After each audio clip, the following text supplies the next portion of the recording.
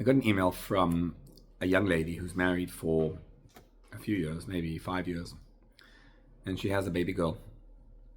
And she writes, she is the daughter of actually quite a prominent individual. And she says, I'm in a very dysfunctional marriage, very severely dysfunctional. And I actually asked her how dysfunctional it was, so she described the details of the dysfunction, and I had to agree. Very dysfunctional. To the point that her husband sent, private pictures of her around to other people, and he engages in activities that are pretty intense himself, and he goes, pretty out there without, she went into detail about it, but it's pretty bad. And her question is, should I get out of this? And then she says, on the flip side, I really love him. And I still feel for him. But I'm in an abusive relationship. Should I stay? Should I go? What should I do? That was the whole conversation. So we're having a conversation up and down by email. And I must admit that nowadays, that little fellow called Gemini, you know Gemini? Gemini is great. Gemini is the AI. And when you're writing an email back, so I like it because he doesn't tell me what to write. I tell him what I want written, and then within 2 seconds it's written down exactly, and then I work it and I change it and I make the thing, and it's just like a good secretary to have. And so we're having conversation back and forth, and then she tells me, she says in the conversation, she says, my parents, who I'm very, very close to, had a severely dysfunctional situation themselves.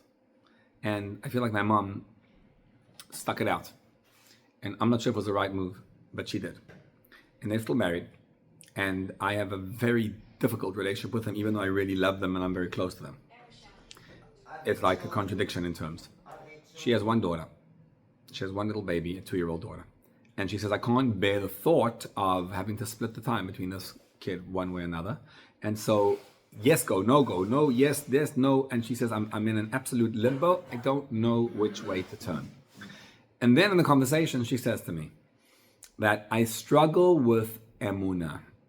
I struggle with my connection to God. And sometimes I wonder, how can I cling to Hashem and that relationship if He's the one who put me in this position in the first place?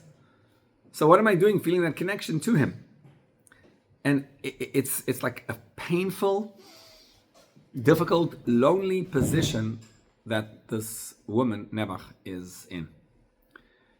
And I listened to her and I said, yeah, it sounds to me like when you say Avinu Malkeinu, and you say, call Hashem my father, that means it's an analogy, it's a mashal. You're thinking about your own father. If your relationship with your own father is very dysfunctional, how do you project that onto our Father in heaven? You don't feel the Father in heaven. And she says, yes, correct. I feel very, very alone. And then in the conversation, she says to me, because she was hoping, you could see she was hoping for me to tell her whether to stay or to go. And I'm not telling you that at all. So she says, I was really hoping that I could give it over to someone else and they should make the decision for me. And then I shouldn't have to bear the consequences of their decision. But I realized that I have to feel the pain myself and go through this whole dysfunctional position and understand myself. And I was thinking about this whole conversation with her. She grew up in a very, very religious home. And she's grappling with her connection to Hashem. She knows everything. She went through the schooling, the whole system. She knows everything. She's grappling with her connection to God for a simple reason that she grew up in dysfunction. Now she finds herself in even worse dysfunction than whatever she grew up with. And the question really is, how do you take an abstract relationship with Hashem and make it real? Because what I'm telling her is that the solution to your issue lies in your connection to Hashem, which means there needs to be a decision of what you're going to do. And whichever decision you take, there are going to be ramifications. Stay or go. There's no easy answer, and whichever one you do, it's going to be a challenging life. Either way. The question you have to ask yourself is, am I making the decision from a position of strength or a position of weakness? Because when you're feeling low and helpless, the likelihood of making a bad decision increases. And what you want to do is find yourself in a good space, even though life is in turmoil. When life is in turmoil, then you have to discover yourself. I was going to ask where you were, but that was twice in a row. Welcome. So, yeah, it needs to be you need to build a resilience and a connection to Hashem. See, we can't solve the issues in life. What we could do is solve the space that we're in, so that when we deal with the life's issues, we feel a little bit better about ourselves, and we're making it from a position of strength. So the question is, how do you do that? And by divine providence, I was learning this week the story of the Jew. The story of the Jew and why he's here in this world. And I think that this story deals with the sometimes existential question that people deal with. When you're a teenager dealing with this question, the ramifications are far greater because your life is in real turmoil. When you're a little bit older, it's still an issue, but maybe less so. And because you're already grown up and it's a little easier to handle it. But I think many of us today deal with, from what I hear people talk about, existential loneliness. It's not a question of whether there's a God, it's a question of whether I need to be. It's a weird question, but the question is, what am I alive for? Do you need me to be alive? And I'm not sure why I should be alive. And some people, unfortunately, go all the way and say, so if I don't need to be alive, I won't. But if we don't, there's a numbness to life. And her question was, can I ever escape the numbness? Is there any hope for me to escape the numbness that I currently feel? And so, there was a Jew by the name of Avraham. And the story we tell is that Avraham Avinu, our father, our patriarch, what he did was, he revealed to the world the oneness of Hashem. So, people did not know about the existence of God. They were pagan. And he taught them about Hashem. But I want to take a different approach to the story. And I want to ask you, what did Avraham Avinu begin with when he started out? What was the default setting with which he began? What was there? Was he a person who didn't believe in Hashem at all? Which means, it says, he was an Oved Avodah Zarah. He was a pagan along with them. And at least for the first 3 years of his life, he literally served idols. And then one day he went and shattered all the idols over there, the whole story. And then he was thrown into the furnace of fire, and everything else that transpired as a result. The Hasidic approach to Avraham Avinu is a little bit different. He actually wasn't an idol worshipper before he began. What he was a person who had lofty goals and lofty abstract ideas that the world couldn't accept. And so the mission, what he needed to accomplish, was to take Hashem from a position of abstractness, right? A lofty level, and draw him right down into the world. And that's why I pay attention. His name is Avram. Avram means an exalted father, abstract. Exalted means removed. In other words, did Avram believe in Hashem? Absolutely. The question is, did he believe in the world? Did he believe in the existence of people and things that you have to actually care about them? You know, you've seen about Tshuva when they become religious at the beginning, and they're like wondering about everybody else, like, what are you doing? Like, you were doing that just a few months ago. Yeah, but it's like I'm totally out of it. It's very difficult to relate to the world. Avram did not relate to the world.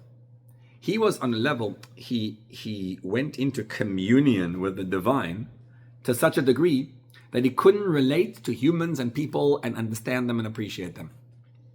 And one day the process began. Va'yomer Hashem el Avram.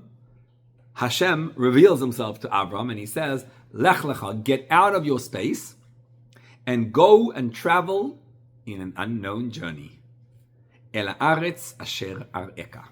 Go to the land which I will show you. So the way we read the story is, Abraham didn't know God, and Hashem says, go out to a land where I'll show you, you don't know which one, and ar'eka means I will show you the land, right? Ar'eka, I will show you the land. On a deeper level, the word ar'eka is the key. It doesn't mean I will show you the land. It means I will show you. Or in more correct English, I will reveal you. Ela aretz, when you go down to the earthliness, asher ar'eka, you will discover your own self. In other words, the challenges of life take us to places we never dreamed we'd ever go.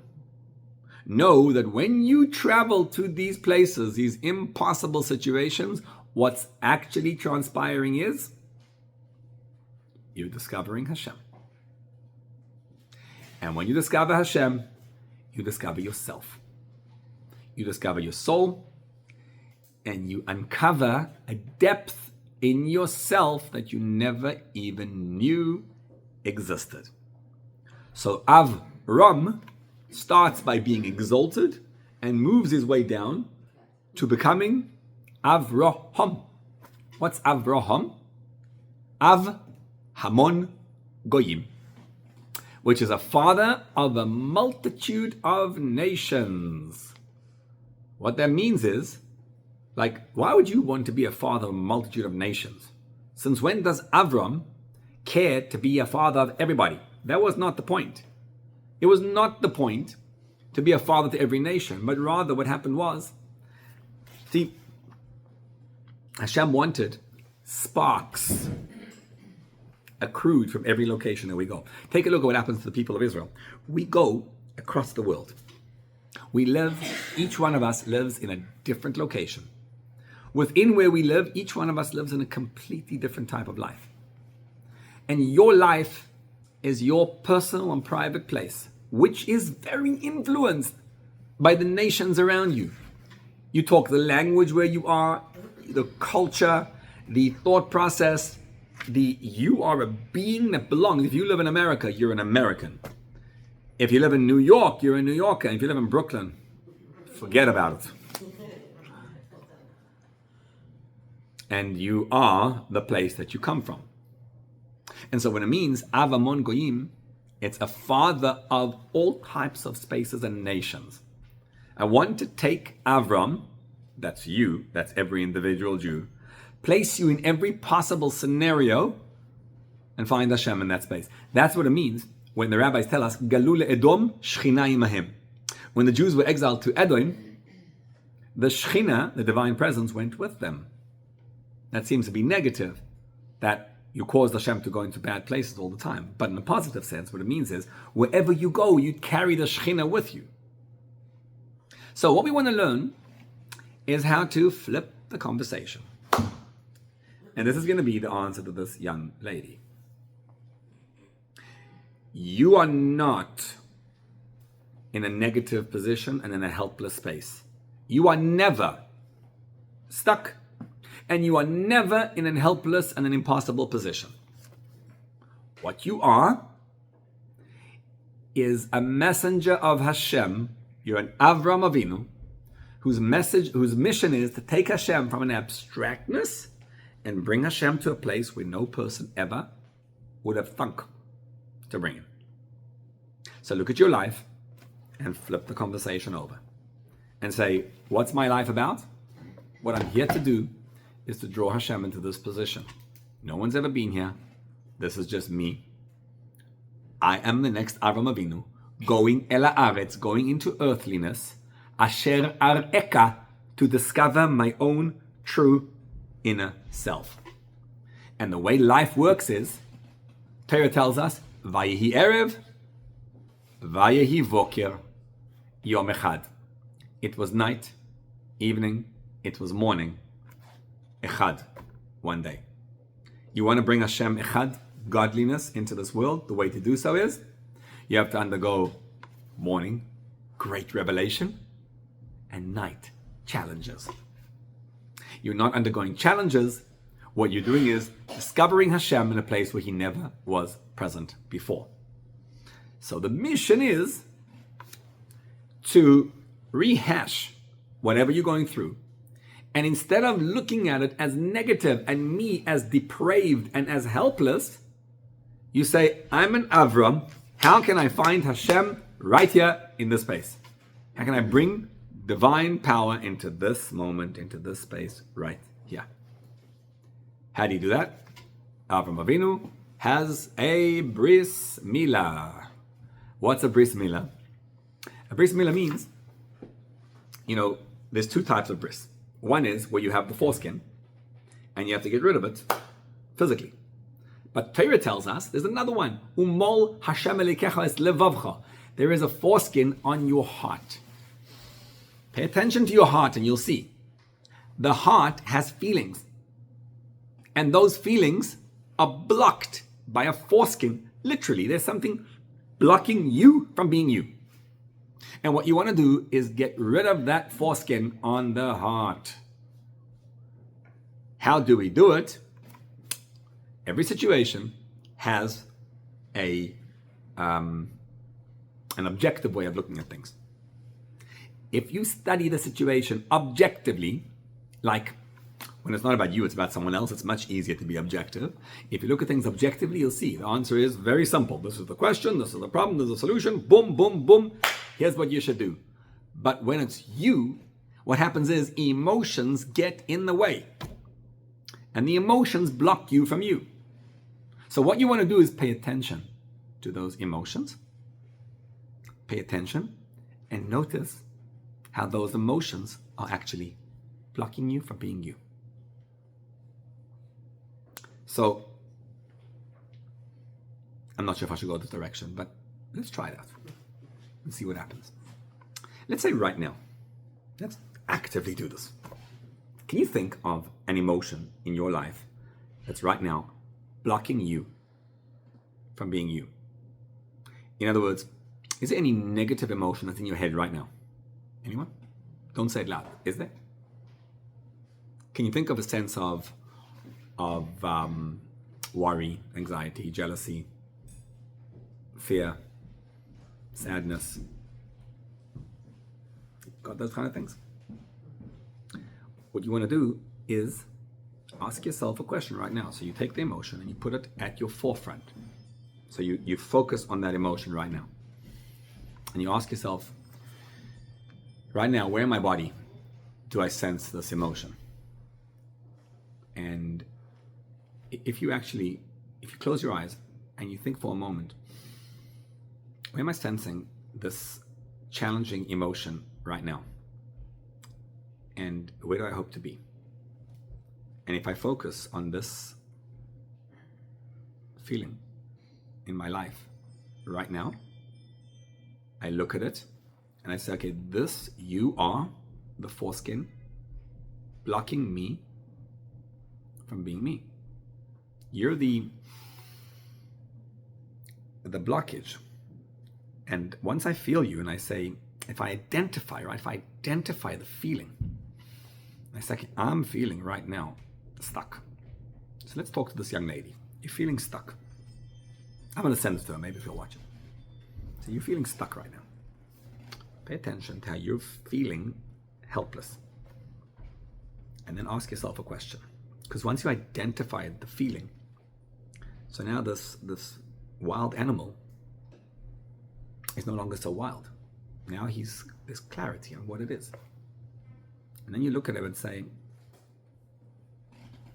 Hashem is bigger than you. I can look at my feeling and I can say, there's divine energy, and I'm going to allow Hashem into my life. I'm going to welcome Hashem into the helplessness. Again, note, what that means is, usually I say, I'm helpless. So she's calling me up. She's like, Rabbi, what should I do? Should I get divorced or stay married? What should I do? And my answer is, I have no idea. Because if I tell you to get divorced, even if I think that's what should be done, who's suffering the consequences of it? You, not me. So how dare I even tell that to you? I should tell you to stay? And then what? In 5 kids' time, then we'll worry about getting a divorce? I'm not doing this. I ain't God. What I want you to do is to ask Hashem. And let's facilitate a conversation with God. Because your conversation with God says, God, what should I do? Help me. Of course you feel like Hashem is not helping you. Because you're not revealing Hashem. Vayyomer Hashem is a revelation of God. And God turns to your Avraham. He turns to your sense of, you grew up religious, you know what Hashem is?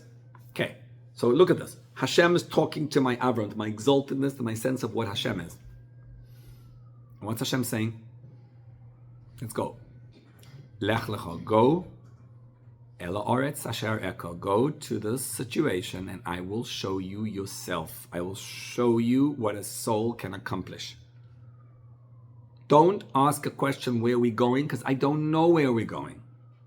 We're walking straight into Hashem's hands. We're walking into a place of, it's a sacred zone. So once I accept the feeling of helplessness and stuckness and anger and sadness and every feeling that's over here and guilt and anxiety over what's going to be with my child, all those feelings, I walk into that space and I say, okay, I'm in the Aretz. Now what I'm doing is, I'm revealing Hashem. Vayyomer Hashem el Avram. I'm practicing the words. Hashem is revealing himself to me and saying, go right into it. So what does it mean, step right into it? Look, I'm feeling the feeling of helplessness and anxiety.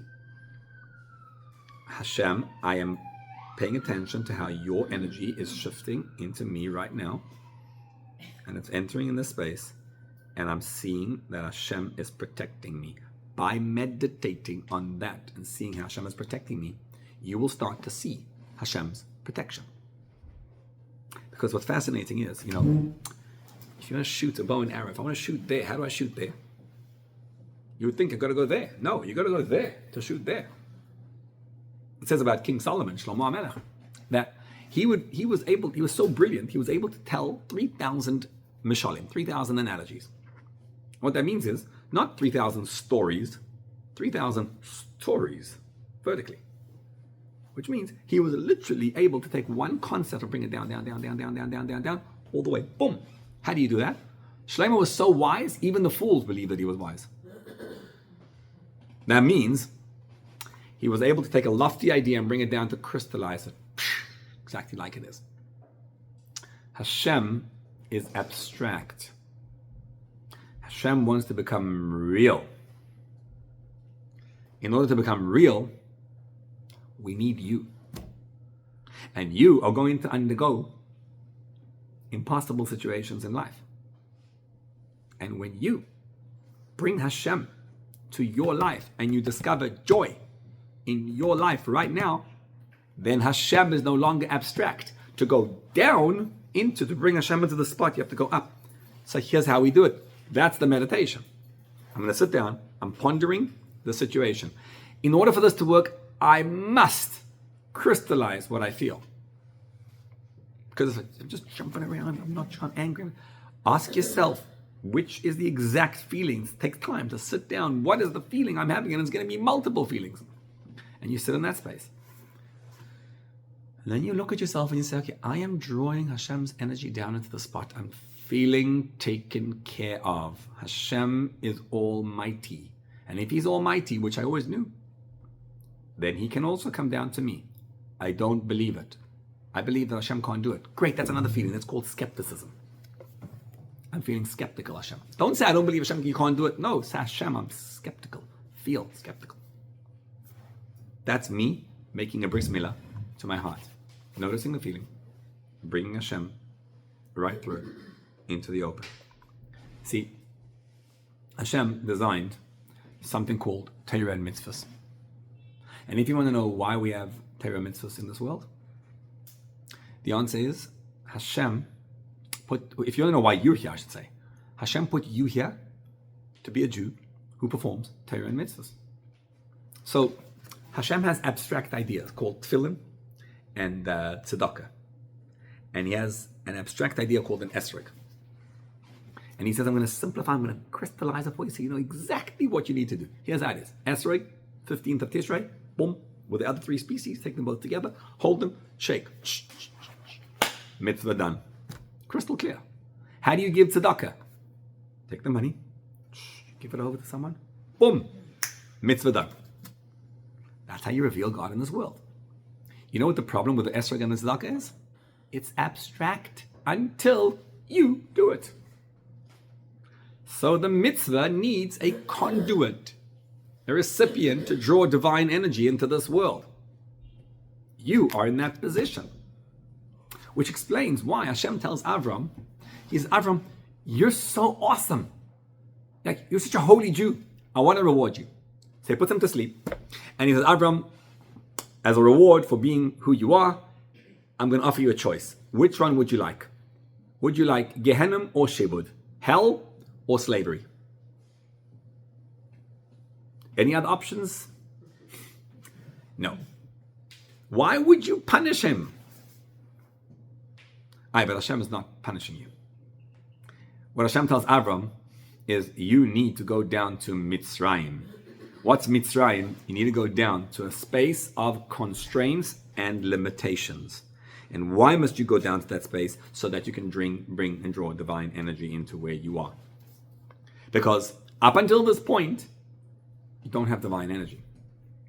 As soon as you do, what you're going to discover is Hashem becomes real when you accept him into your life.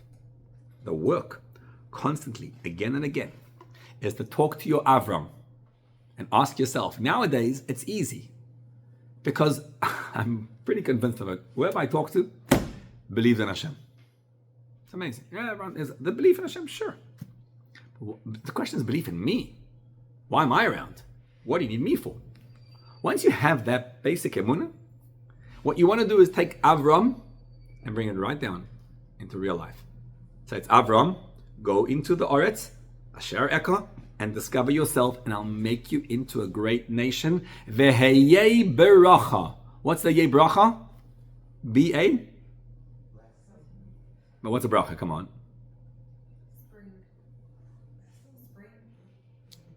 Right. But what else? What do we learn? Remember? Baruch. What? Bringing down. Be a bracha, lavrich, to bring down. Be a person who knows his whole life is to bring Hashem into this world.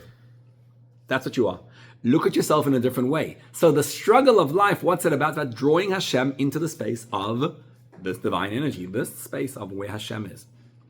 And you start realizing this world is a place where you can perform Torah mitzvahs. The person to do it is me. The struggle is how I make Hashem real in bringing Hashem down to the space so that I can do the mitzvahs in this beautiful world. It's an awesome place to be in. As soon as you start understanding, you go, oh, that's why I'm here. Okay, it's a good reason to be. You say, why does God do it? I don't know why. I know what. What he wants is me here. And stop telling God how great your problems are. Tell your problems how great God is. And you'll discover divine power. Right here. We say in davening every day, we say Mizmor L'Seidah. And there's a beautiful, it's almost like seems like a Freudian slip. Look at the words. We say, Hu asanu velo anachnu. What's velo anachnu? We belong to him. In the Siddur, it says velo anachnu. Every Siddur I've seen, velo anachnu with a vav. We belong to him. But actually, the Tanakh is, including Tehillim, has a ksiv and a kri. It means there's a way it's written and the way it's spelled. We're being told it the way it's said. But you should know that there's also a way that it's written. If you write it down on parchment, the Tehillim, you would write down Hu asanu velo anachnu. He made us, and velo with an aleph, anachnu. In simple terms, and we are not. He made us, but we don't really exist. But it's too difficult to express that. So when we express it, what do we say? Hu asanu velo anachnu. He made us and we are his. But if you want to know why we belong to Hashem, the reason is because he made us, but we're not really creations. We're actually a part of Hashem. I have a soul. And my soul is literally a part of God. And what I want to do is realize I'm not I don't exist. I'm not a separate being to Hashem. My life is one big, huge, divine, incredible energy. That's what my life is. He made us, and we don't exist. We're not struggling. We're not helpless. We're not suffering. We're one with Hashem. That's why the Aleph, veloi anachnu, lo anachnu means, and we are not. Aleph is Hashem echad. It means we're one with Hashem. There's a mashpia, a very, special Jew. He lives in Argentina. And I actually, he helped me with my daughter's shidduch. So I sent him, this morning, I sent him the invitation. So, thank you. So thank you for the help. So he sends me back. He says, oh, the chassan's name is Aaron, and your daughter's name is Razel. He said, you realize that the gematria, the numerical value is the same. I said, pretty impressive. Almost the same. He says, yeah. Aaron plus the Aleph equals Razel.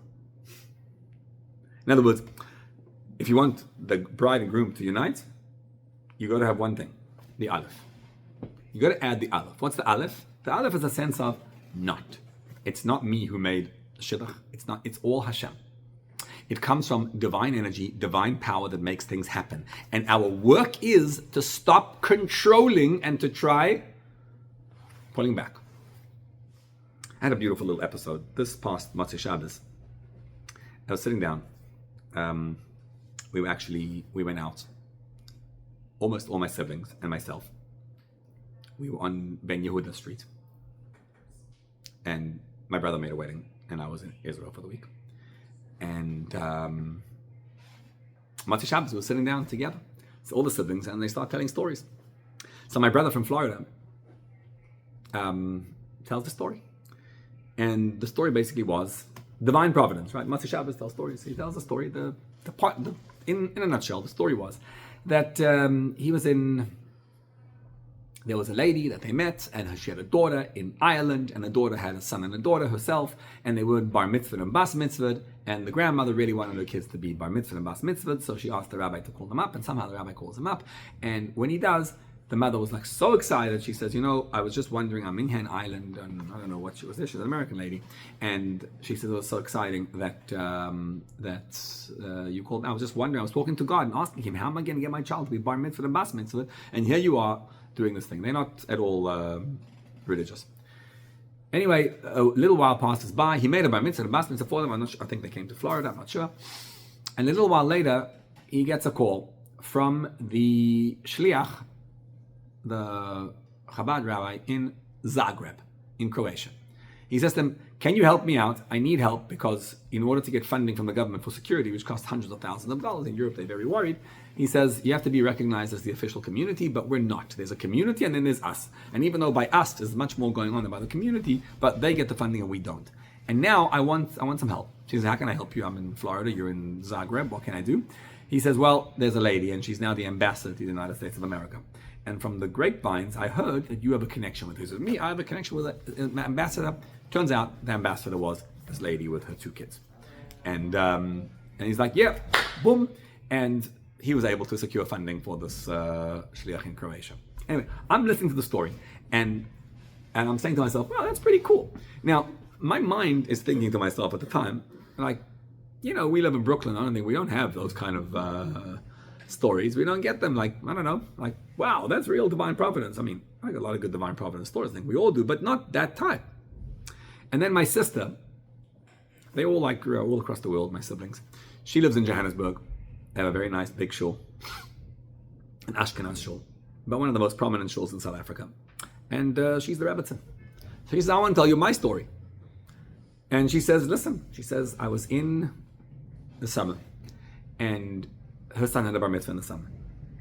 So she says, my son's having a bar mitzvah, and they made a celebration in Israel on Shabbos, and then after, during the week, they went to Eretz Yisrael. They went in Yerushalayim, and they made a whole celebration over there. So she has an older boy who's learning in Israel, and he felt very left out. He wants to be home for the Shabbos with all the family and making a beautiful bar mitzvah, so he wanted to be there, and he couldn't be there. So the parents say, we don't have money to pay for a ticket, so, No choice. Then my brother-in-law says, you know what? Let me try this out. He remembered that a couple years before, he was asking around who has points maybe to give him points for a ticket. And he says, I'm wondering what to do.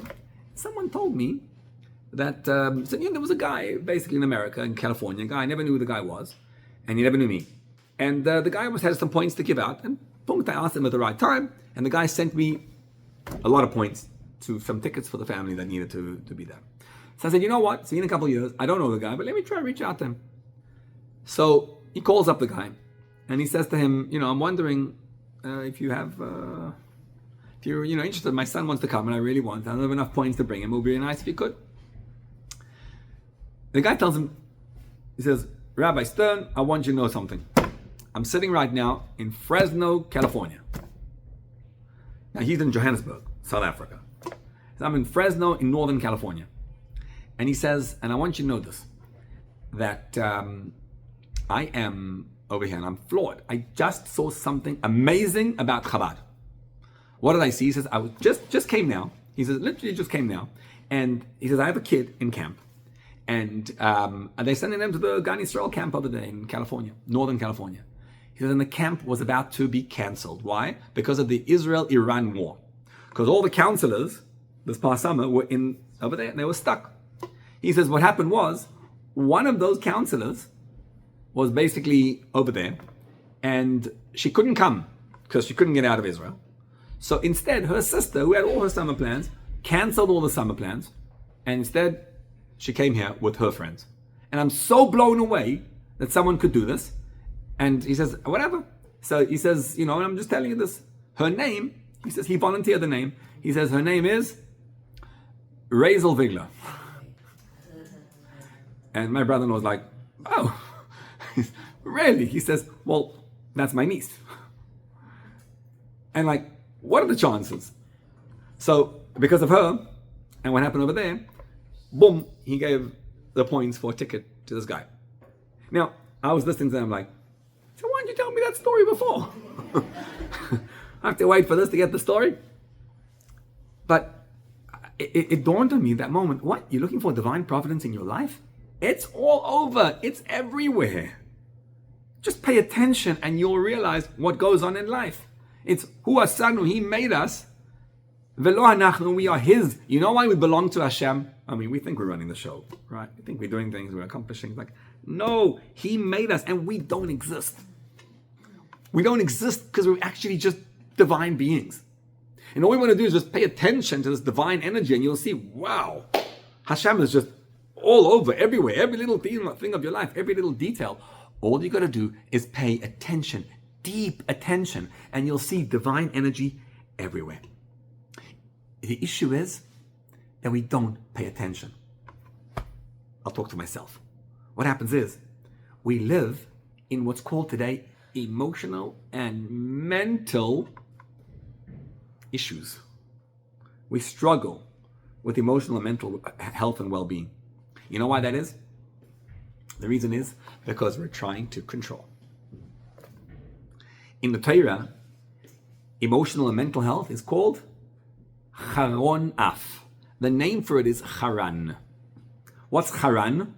Haron means anger, frustration, all the issues that you have.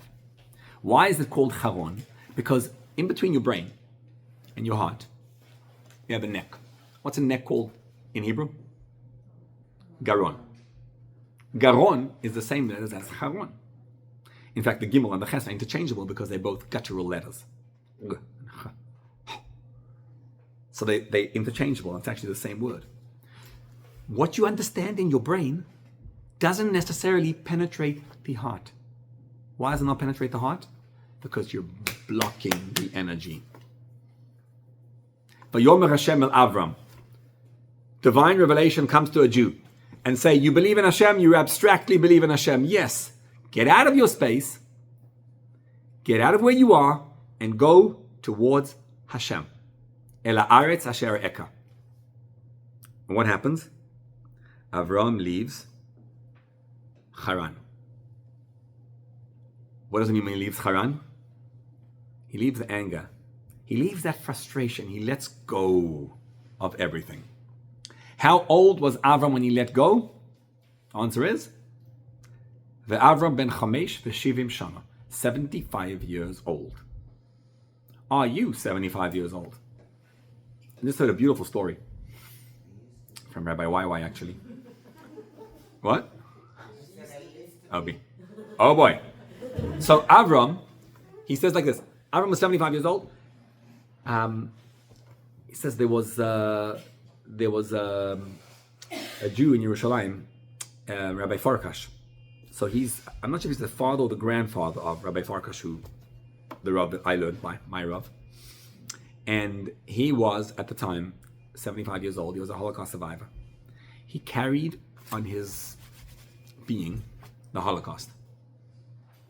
And he couldn't get rid of it. He was stuck all his life. And there's an anger and a frustration and a helplessness. And he couldn't get out of it. He comes past the Rebbe, the Lubavitcher Rebbe, and the Rebbe looks at him and he says, Avram ben Chamesh v'shivim shana b'tzeisim micharan. You're 75 years old, it's time to get out of your charan, out of your anger. It's time to release it. Just let Hashem take care of you. He's like, at that moment, 75 years of blockage, we're released. 75 is an age which you're supposed to be in all the time. 70 years, 7 emotions. All your emotions, let go. That's the idea of the Milah. Look at the emotions and let them go. And what happens? See, you have 5 fingers? Imagine you didn't have fingers, what would be? You wouldn't have fine motor skills. You'd just be picking up things like this. The fingers allow you to have fine motor skills. So what you want to do is be 70, all your emotions, and the 5 is the revelation. When a person undergoes that transformation, here's the process. I look at myself and I say, do I believe in Hashem? Yes. Am I struggling? Yes. What am I struggling with? Put the feeling in front. Draw Hashem's energy into that space. That's vייאמר Hashem al Avraham, lech lecha, go. The way to do it is by going deeper into yourself. From Avram to Avraham, adding the hey, which is a deeper connection to Hashem.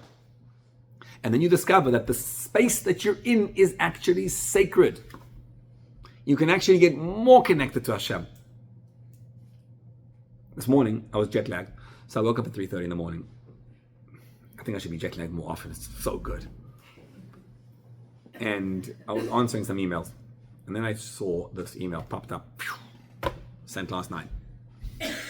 And I was actually blown away. Because the whole time I was talking to the young lady, and suddenly I was talking to the husband also. And he emailed me. And I said, ooh. And what he wrote was, in the nutshell, that, I was raised religious, but I guess I didn't even notice on myself how disgusting I had become. He used that word. How sick I'd fallen. And I was maybe thinking that marriage would save it. It didn't. He says, I want to change. I don't want to lose my wife and child. Can you help me change? I thought, well, I don't know. I do know that if you're ready to do it, I wrote back to him a whole long email. Gemini was great again. And I said, when people hit rock bottom, they're ready for a change. If you've hit rock bottom and you're ready for a change, there's ways and means. There's people to put you in touch with. There's people who undergone the same thing as you. And if you're ready to be honest and real, then there's a possibility for change.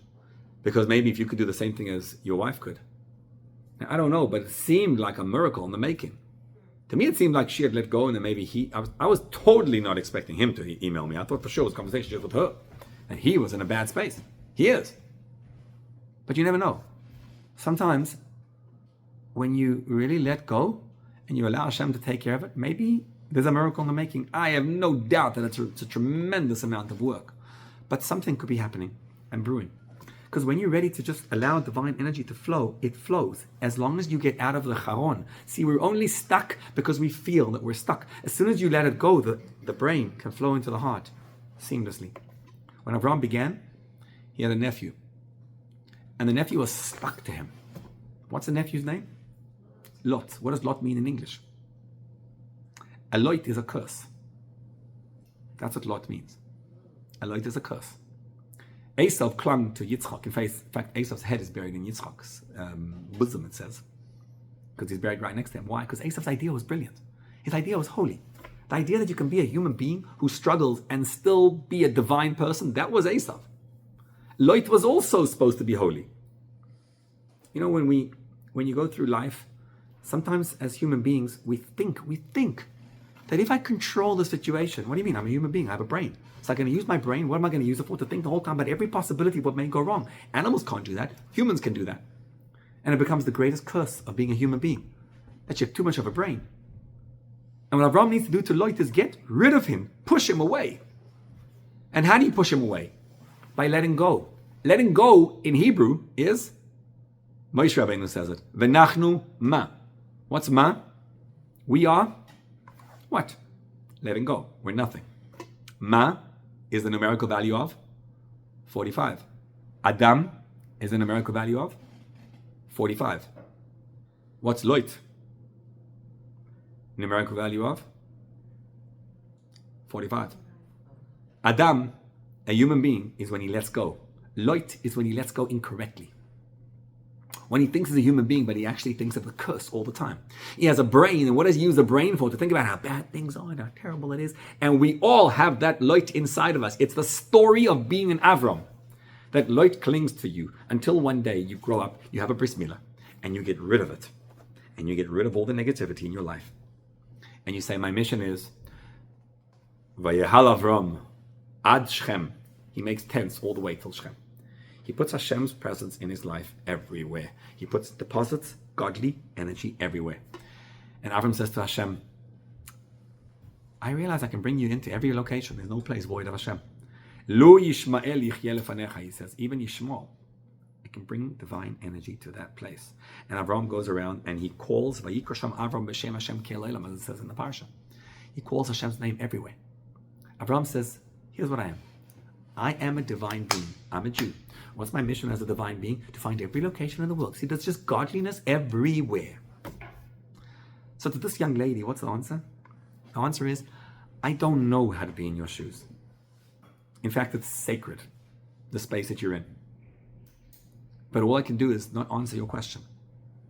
All I can do is empathize with your plight, with how difficult and how impossible the situation really is. It's hard. It's tough. But you know what? V'yomer Hashem al Avram, there's a surge of energy of the emunah that I have. Hashem says, cling, connect, allow yourself to feel the pain, go through it, and cling to Hashem. Hashem is in this space with you. And you'll discover that the difficulties that you have, the Aretz is the place for Asher Eka. And you become a great nation. You get to discover yourself. And you become a bracha, you become a person who brings Hashem everywhere. And then you tell Lot, get out of here. All those curses, because I'm getting out of Haran, I'm getting out of all my emotional and mental issues. I'm feeling Hashem's presence right here. You are a superstar. Stop allowing yourself, your inner being to say to you, oh, you get into a bad marriage, things are bad, look how good other people are, look how great they are. That's the Lot speaking. Allow yourself to realize you're divine power. You're awesome in the space where you are.